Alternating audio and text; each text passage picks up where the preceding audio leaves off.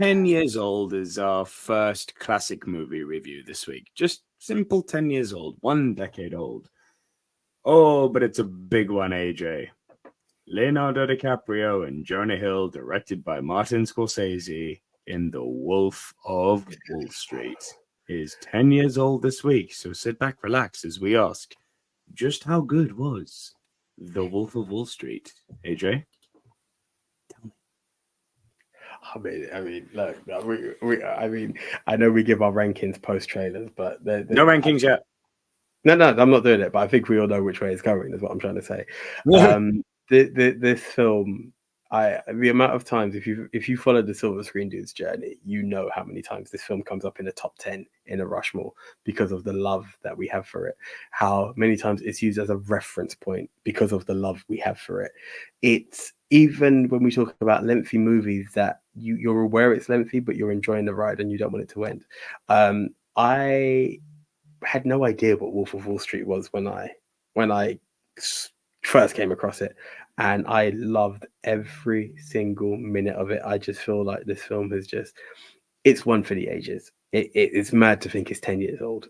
It's weird to think that without even knowing, I just happened to have watched Wolf of Wall Street last week because it was a passing by movie. The lady in the house was like, let's put it, like she put it on, and I was like, hey, I will sit back and watch this with you because it has that. And it's amazing that each time you watch it, I mean, it depends how good your memory is, but I just get another memory. Oh God, I forgot about this part. Oh God, I'm ready for a good ride.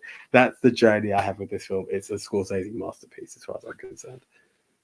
It absolutely is a Scorsese masterpiece. This is one of his top 3 movies of all time for me. This is right up there with Casino, Goodfellas. I think this is same level pegging. I think Leonardo DiCaprio probably gives a career best performance here. Likewise for Jonah Hill. It's, you know what, we were talking about movies like Dumb Money, and then I think it was Mixed Memorabilia who brought up who made a comment on our recent live stream when we were talking about the top 10 movies of 2023 and said, oh, Big Short and Dumb Money, best in class, unless anyone else can think of something else. And we were all kind of scratching our heads. We should have said this because that's right up there with it. The Wolf of Wall Street. It really is. Like how they made something as, to your average Joe Schmo like me and AJ, something which at face value seems mundane and boring. Wall Street trading. It's boring because 1, I don't understand it or know nothing about it. 2, they're banker. You know, I've never really particularly liked or been attracted to that type of people or wanted to know the stories of those people. I'm like, to my knowledge, you make money and I don't, and you do it in deceitful ways because you know a system, because you've educated yourself on how to manipulate a system, and that makes you a bit of a scum sucker, to be honest. And all of that's true. And the movie kind of pulls the curtain back on this. And it's like, yeah, this is just how depraved and bad it is.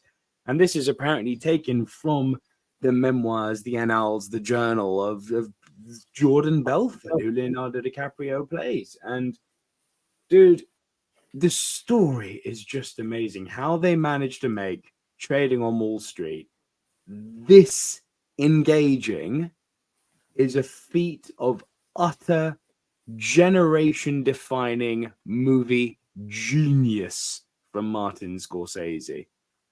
It's weird to say that maybe his last truly great movie was as much as 10 years ago now. Because I wasn't a fan of The Irishman in Silence. I did like Killers of the Flower Moon, but it's not on this level. It's just not. 10 years ago since the last truly epic Scorsese movie. That's mad, isn't it? Let's have a quick look at the trailer just to see how good it really was. If you could put our screens with 2 of us on the yeah, I'm good to go. Yeah, please. Here we go. I'm excited for this. Sure.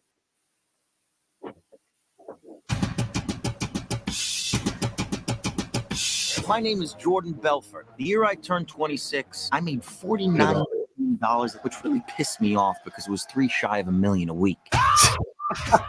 We're making a name for ourselves. Nobody knows if a the stock is going to go up, down, sideways, or in circles. You know what a Fugazi is? Fugazi, it's fake. Yeah, Fugazi, Fugazi. It's a wazi, it's a woozy, it's a... Was all this legal? Absolutely not. We were making more money than we knew what to do with. We don't work for you, man. Yeah, my money take you, Goose. Technically, you do work for me. Oh, Daddy. Oh, come on. FBI. Any kind of booze you might want? No, the Bureau forbids us from drinking. Duh.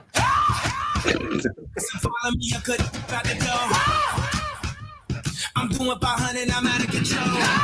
But there's nowhere to go, and there's no way to slow. If I knew what I knew in the past, I would have been like that on your. How does this actually work? There's a big money sign. They get launched at the time they stick. This is their gift, okay? They're built to be thrown like a laundry. Stop. Safety is first. We don't want to get a bad reputation. And I zone it, I think I'm possessed. It's an omen, I keep it 300. Like the Romans, 300. Where the Trojans, baby, we living in the moment. I'm in the minutes for the longest. And you know it, and you know it, and you know it, and you know it. This film.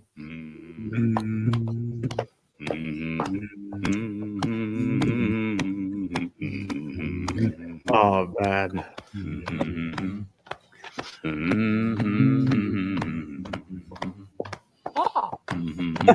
Wow. Yeah. Oh my god. Oh my word. Man, how good was that? Just the trailer. I want to go and watch it now. Yeah. Guys, look, it's no surprise. It's no surprise what's going to happen here. It's not 1 thumbs up. It's not 2 thumbs up. You need to throw up that damn goat because, all the way, this film is definitely 100% not even debatable greatest of all time. It's tops. Oh, it's tops.